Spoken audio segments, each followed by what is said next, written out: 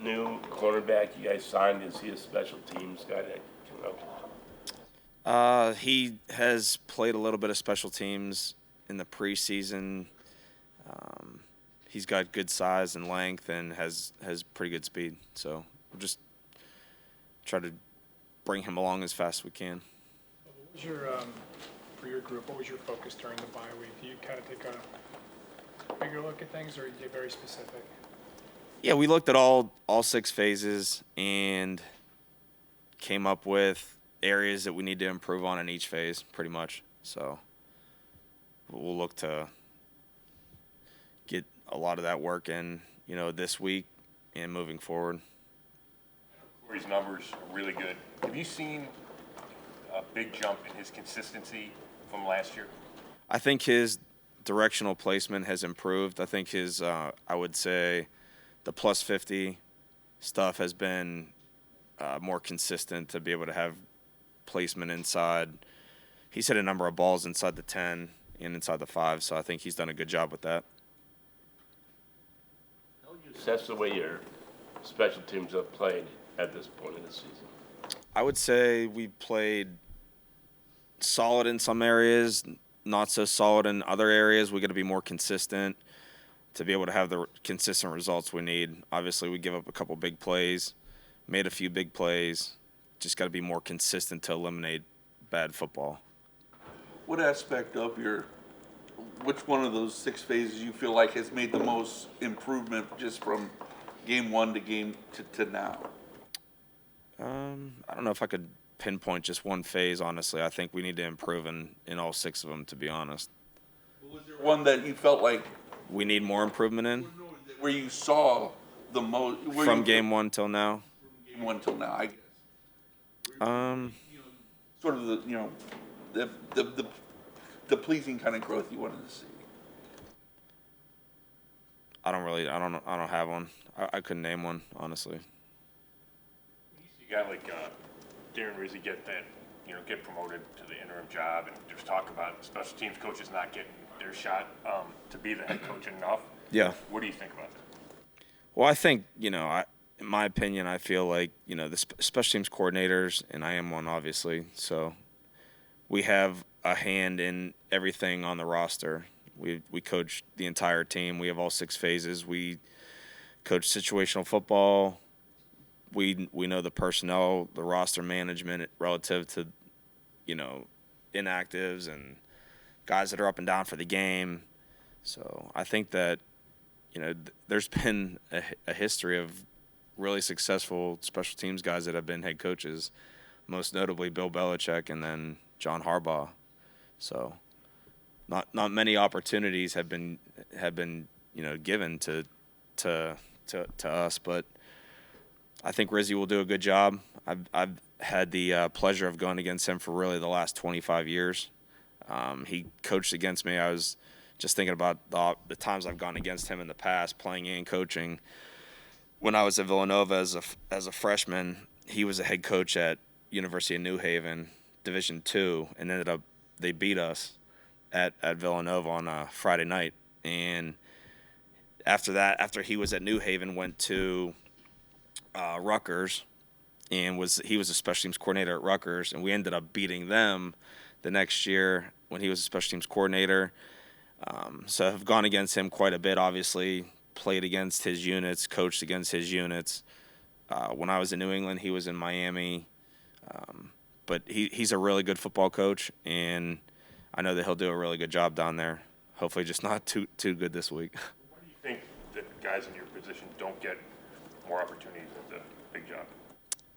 I don't know. Honestly, I read some things that he said, when you hire a special teams guy, it's really not a quote splash hire. So I think that probably has a lot to do with it. But he's been a really good coach. He's been a good head coach in his career. So, and I think that there's really good special teams coordinators that could be really good head coaches. But there's been a bit of an uptick in kicker injuries around the league, and they're trying to figure out if there's a correlation between maybe these guys trying longer kicks, more strain on the muscles, whatever. Anyway, it's just a theory in part. I know your situation is different because Dustin, takes some days off or whatever. Yeah. kind of, how beneficial has that been for him? And is that something that you would do regardless of who your kicker was, just to mitigate the possibility of there being an injury? No, I think you cater to your personnel regardless of what phase it is. I think for him, at this stage in his career, the volume of kicks that he needs in practice to be ready to go in a game is lesser than a younger player, I would say.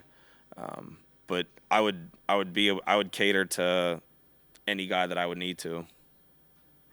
Some of your young guys, especially like Nathaniel Watson, kind of handle their roles and maybe grow and learn from the first week into now you're out of the bye week heading into this game against the Saints? Yeah, it's funny you asked that question today in the meeting. I just talked about young players, and the things that I like most about being a coach is seeing the development of your players over the course of a season and over their careers. I get a phone call last night from a kid that I coached in Indianapolis, EJ Speed, and I talked to my guys today about, when he first came into the league, we drafted him. He was a 5th-round pick, and was green, and he was not ready to play in certain phases, and really the punt unit, and just talking about how you really have to put the time in and the effort to get the techniques down to be reliable and accountable to those units. And after his first 2 seasons, we just had a conversation that, look, this is what we need to do for you to be able to be I would say, an asset to the team and to the punt unit. He went and worked tirelessly this one off season, sent me a bunch of videos, and we corrected his technique. Comes back and ended up being probably one of, if not our best player on that unit, and then has ascended his role, and now I think he's like 3rd or 4th in the league in defensive tackles. Had an interception last week. Gave him some crap about him not taking it back to the house, but to your question, the young guys have definitely came a long way since they've gotten here. Nathaniel, Winston, those guys have done a really good job of progressing, learning the techniques, applying them each day in practice, making the corrections, being more accountable, doing things at a higher level, as the season has gone along. Do you see any of those young guys on that same plane as an EJ Speed, as you gave an example? Yeah, I think Winston Reed has done a heck of a job. He's made a lot of impact plays for us. Physical kid, fast, tough. I think he's done a good job. I think a lot of these rookies have done a pretty solid job. The guys that we've been able to get playing time to. Did you get you were interviewed by the Colts for head coach, right? Yeah, 2 years ago. it's more of a formality, but I was going to ask you what that experience was like for you. I mean, it was a good experience. I knew that we knew they were going to hire an offensive coach. Do you think you benefited from the experience of being interviewed for? Yeah, I think so. I think so. Learned a lot of things from it. Do you think special teams coordinators that sort of like catchers, a lot of catchers go on to, a lot of managers are former catchers. They seem to know The game in its entirety. Yeah, it's a good comp. So what's the question? I'm asking, do you feel like you're like a Catcher? in that because you get to coach so many different. I guess I could be. I guess yeah. Sounds good. Colts interview, did they ask you what your projected staff would be? No, Detail at all? didn't get into detail about how I would hire my staff. I have a good one in mind though. Were you prepared Yeah. to give? Yes. Bubba, going back to May, what are the chances then that Winston Reed is on this team? Say that again.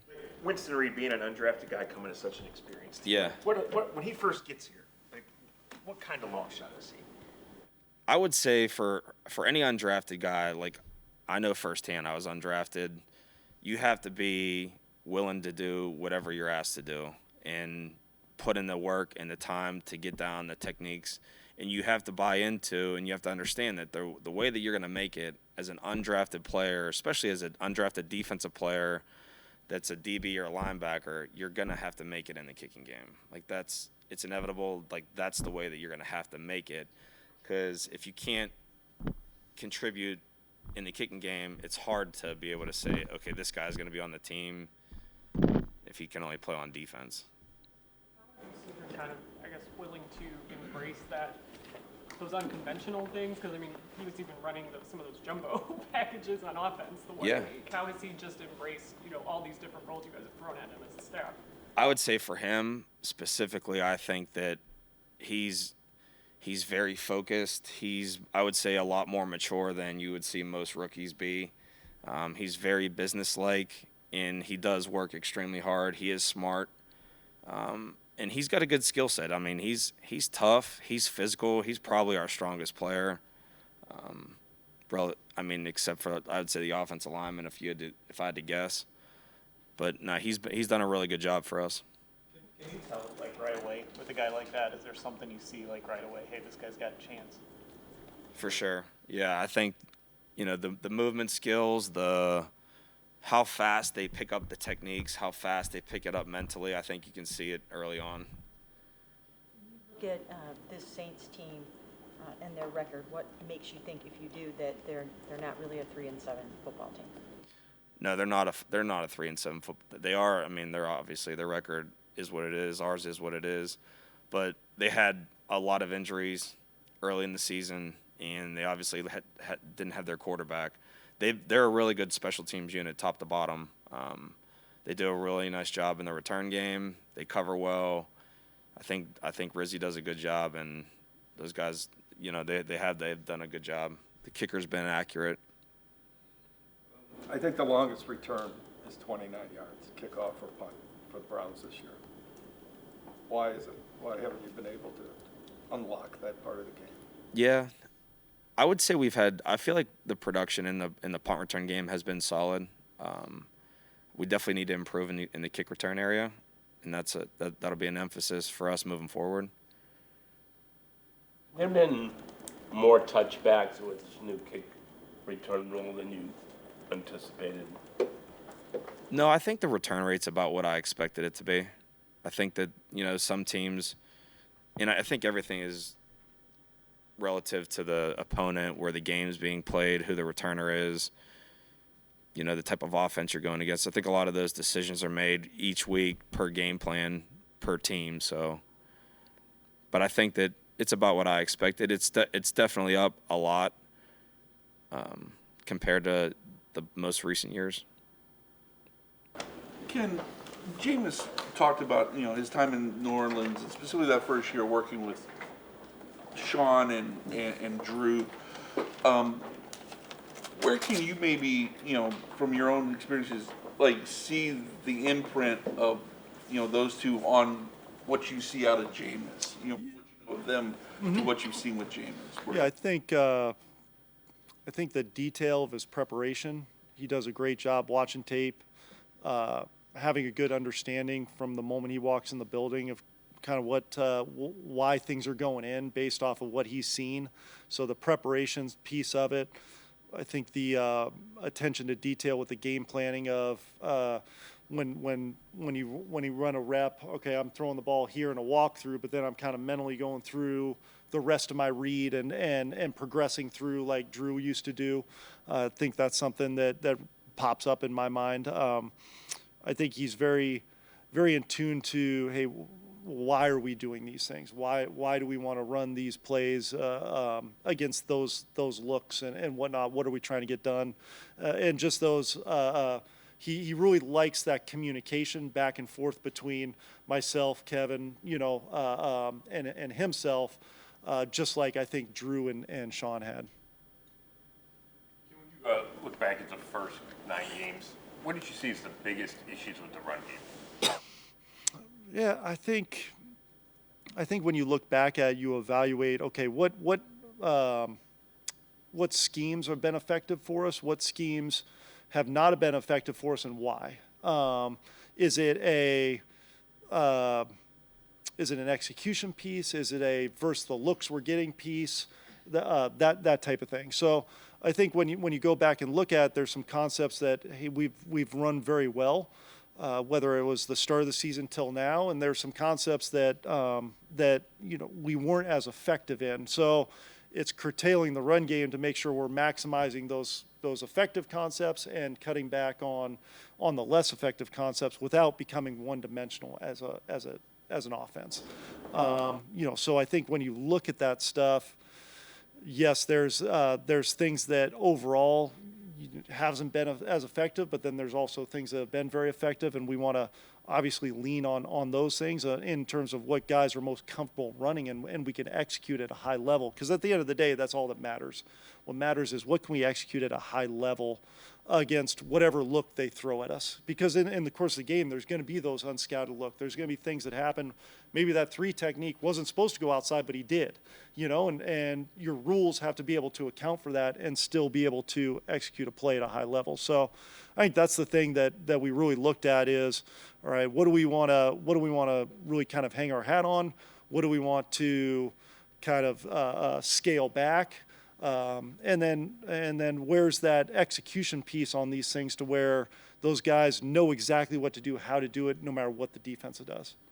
The Saints intercept the ball a lot. Mm-hmm. Why do they do that? And is that a little daunting to you as you game plan for this year? I mean, I would say daunting. I think, every defense poses their issues and poses what they do well. Obviously, this one, they do a great job at taking the football away. They're aggressive. I think the why behind it is, one, they've got schematically, they create some issues in terms of post-snap, doing some different things, showing looks and then running out and giving you different looks up front, especially on third down. I think that's one big thing. I think the other thing is they've got players who are effective at it. They've got aggressive safeties, physical corners that'll come up and press you and get hands on you. And I think that's the scheme of how they do things is really what they're taught. They're taught to be aggressive, and they're taught to play that way, and they do it effectively. What is your messaging to Jameis Winston when you head into a game like this and he's coming off some picks and some dropped picks, and you're going into an aggressive secondary like That's a good question. I think the big thing that we preach is we got to trust our eyes, trust what we see out there. So I think when you do that as a quarterback and you trust your progressions, everything else takes care of itself. There's no need to force anything. There's no need to feel like, hey, I got to make a play right here. The plays come through just trusting our eyes and trusting our progression. And at times, there's a clear out, there's a go route that's a clear out, but we might take that at times because you get a look that it's advantageous.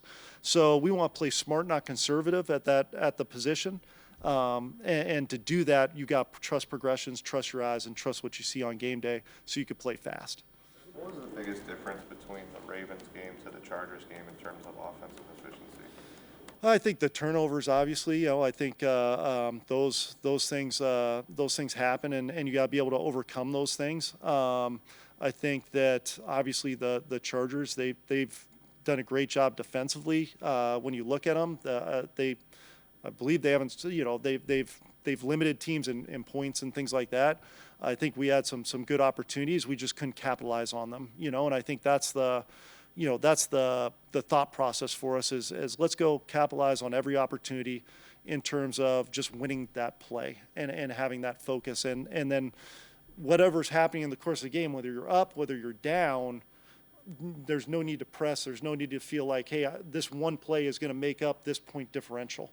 So I think that's the biggest thing for us. So you just got to keep chopping wood. You got to keep plugging away and have that mindset of no matter what's happening in the course of the game, we're going to keep friggin' plugging and give ourselves an opportunity to win by capitalizing on just that opportunity on that play that's presenting itself. What's been the difference you've seen in Cedric the last couple of weeks, and as you watch his film and critique it, does this kind of look like it's a little more than just a small sample size of success for him? Like, do you look at it and really see a high ceiling for him? I think his confidence is really kind of growing more and more with the opportunities he's getting. I think he's playing extremely fast. I think he's playing to his size. So he's playing big at times out there, and he's playing fast, So he's utilizing his skill set in a manner that you would like to see for a guy his size and his athletic ability. And I think that's the encouraging thing about it. We ask him to do a lot for us, and he embraces that. And he does it, he's doing it at a high level, and he just keeps growing more and more. And he's really taking that that growth mindset that you want from every player of continue to improve each and every week, playing with confidence. And I think you really see that. And the encouraging thing is, he's taken his bumps, and he's had some negative plays early in the year and some things that I'm sure he would have wanted to do better. But he was able to continue to overcome that, continue to keep his confidence and grow as the season's gone here and really become a key factor for us. Hey, can I have one more on the running game? We talked to Nick Chubb yesterday, and I asked him if the blocking schemes have changed from last year, or from the past. He says no, but we're just not doing it at the same level. So why do you suppose the blocking isn't the same level as it was in the past? I know you weren't here before. I think that's something that we just got to continue to preach as coaches to make sure that we're operating at the level that we're capable of. Obviously, when you look at, we've had some guys in and out, some different lineups, and things like that. But in this league, that really doesn't matter. It's whoever's out there, you've got to go out and you've got to execute, and you've got to be able to operate as one unit, those 5 guys. And I think we're growing there. I think we're getting better there, and you've seen, progress. Obviously, it's not the where we want to be right now as a whole offense and from our record and what we're doing. But I do think that cohesiveness is coming, and you see that at times. We just got to, as coaches, push and preach that, there's a way to do it, and we got to operate at that level on a consistent basis, and I think that's the biggest thing. Ken, with you guys trying DeWand over on the left side, just how has he graded out and done in those first couple of games, and what do you guys want to see from him as you guys keep starting him over there? Yeah, I think the big thing from offensive line standpoint is if they, if you don't really notice them, then they're doing something good. You know what I mean? So I think that's been the positive thing for him. And DeWand's a young player, and every rep that he gets in a game is only gonna help him in terms of his development. So in games and practices, and I think that's the great part about him is you see him, he's out there, he's working hard, he's trying to put himself in position to be the best player he can possibly be. So I think he's grown, and that was something we've talked about, throughout the year and dating back based off of where we were at health-wise early in the season. And it's been exciting for us as coaches to see him take that step over there, not blink, not not have any doubt, just go out there and do it at a high level. And he's played some good rushers, whether it's on the left side or right side, and he continues to grow and continues to compete over there at a high level. I know there's elite pass rushers on both sides, but do you still, I know in the old days the left tackle was viewed as the guy. Do you still view it like that the left tackle is maybe more important than a right tackle for whatever reason schematically? I think to your point, I think it's kind of balanced out a little bit. I think a lot of teams are starting to put some of those premier rushers on both sides, and guys move around so much now as it is, whether it's guys jumping from one side or the other, or they're just putting premier guys on the right side. It's really kind of balanced out, in my opinion. You really need effectiveness from both sides, and those guys. Fortunately, I think we've got 2 experienced guys that can compete and do that at a high level. But yeah, I think you need both those guys to be effective in a lot of areas nowadays because of, to your point, you got elite guys on either side, either because they'll just line them up there or they'll move guys around. Obviously, the season hasn't gone how you guys expected it. 2-7 here. Offense hasn't looked as good as obviously you wanted to. Do you feel that pressure on you specifically, personally, going to needing your fastball to finish off these last few games here? the only thing I'm focused on is this offense operating at a level that we want to get it to. And that's all I'm worried about. I'm just worried about our guys and competing and going out and executing at a high level and controlling what I can control, just like I want my players to do. I want my players to control what they control. Go out and give me everything you got during the week in preparation. Let it fly on game day. And operate at a high level. And that's what the expectation is for us as coaches in terms of what we ask out of our players. And so I think that's the approach that we just have to take day in and day out. We talked so much about the run game, but with Nick specifically, last game it seemed like he had a couple of those bursts where he was kind of breaking out and getting a few extra yards. Does it feel like he's close to sort of getting back to that version of himself where he's like breaking those even bigger, and how much can that help you guys alleviate some of the problems you've had in the run game as well?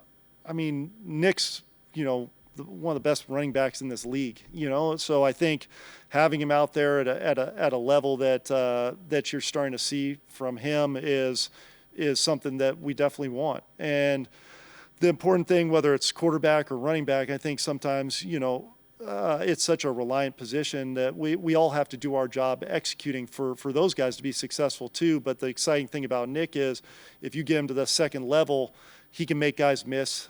He can run away from guys. And I think, from our aspect, it's exciting to see him continue to feel more and more comfortable and like himself. And that can only help us as we continue to go here. Last one.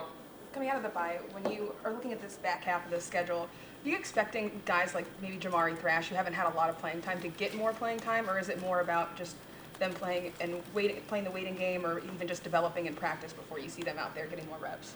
Yeah, I think every week kind of takes on a mind of its own a little bit. So we always evaluate those things in terms of who we got out there in route concept wise, and it's a competitive league. If you're playing an opponent or within your roster, and all those guys are competing for playing time. So that's why we want to come out and work, and organizations about competing, and I think we want to do that in practice against the defense, and our guys want to push each other for those roles and for those opportunities. So we feel really good about that room in terms of receivers and what we have in there, and we've got some young guys who I think can contribute and want to. And we'll just evaluate that on a weekly basis as we continue to go. All right. Thank you.